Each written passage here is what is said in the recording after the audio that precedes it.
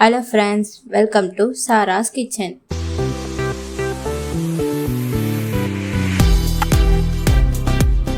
இன்னைக்கு நம்ம Gopi Manchurian restaurant ஸ்டைலில் எப்படி பண்ணுறதுன்னு பார்க்கலாம் வாங்க. அதுக்கு முன்னாடி நம்ம சேனலை சப்ஸ்கிரைப் பண்ணாமல் இருந்தீங்கன்னா மறக்காமல் சப்ஸ்கிரைப் பண்ணிக்கோங்க. ஃபஸ்ட்டு ஒரு பாத்திரத்தில் 2 ஸ்பூன் மைதா மாவு, 1 ஸ்பூன் கார்ன்ஃப்ளவர் மாவு, 1 ஸ்பூன் அரிசி மாவு, 1 ஸ்பூன் சில்லி பவுடர், கொஞ்சம் சால்ட் ஆட் பண்ணிட்டு தண்ணி ஊற்றி நல்லா மிக்ஸ் பண்ணிக்கோங்க.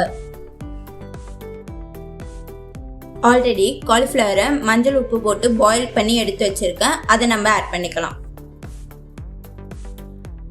எல்லாத்தையும் ஒரு வாட்டி நல்லா மிக்ஸ் பண்ணிட்டு 30 மினிட்ஸ் ஊற வச்சுக்கோங்க. A few moments later. இப்போ நம்ம காலிஃப்ளவரை ஃப்ரை பண்ண போறோம்.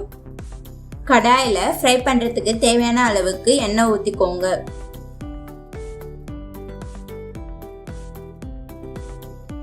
எண்ணெய் சூடான பிறகு ஊற வச்ச காலிஃப்ளவரை ஃப்ரை பண்ணி எடுத்து வச்சுக்கலாம்.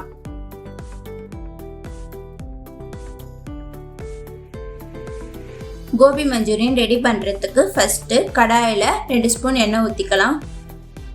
சின்னதாக கட் பண்ண 4 பல்லு பூண்டு, 2 பச்சை மிளகாய் ஆட் பண்ணிக்கலாம். நெக்ஸ்ட்டு கட் பண்ண 2 வெங்காயத்தை ஆட் பண்ணிக்கோங்க. வெங்காயம் லைட்டாக வதங்கின பிறகு கட் பண்ண குடமிளகாவை ஆட் பண்ணிக்கோங்க. கொஞ்சம் சால்ட் ஆட் பண்ணிட்டு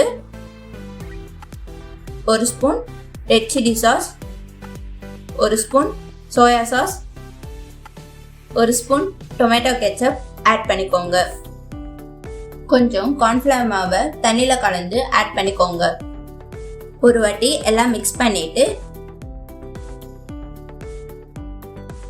நம்ம எடுத்து வச்ச காலிஃப்ளவர் ஃப்ரையை ஆட் பண்ணிக்கலாம். சாஸ் எல்லாம் காலிஃப்ளவரில் இறங்குற மாதிரி நல்லா மிக்ஸ் பண்ணி விட்டிங்கன்னா டேஸ்டான கோபி மஞ்சூரியன் ரெடி.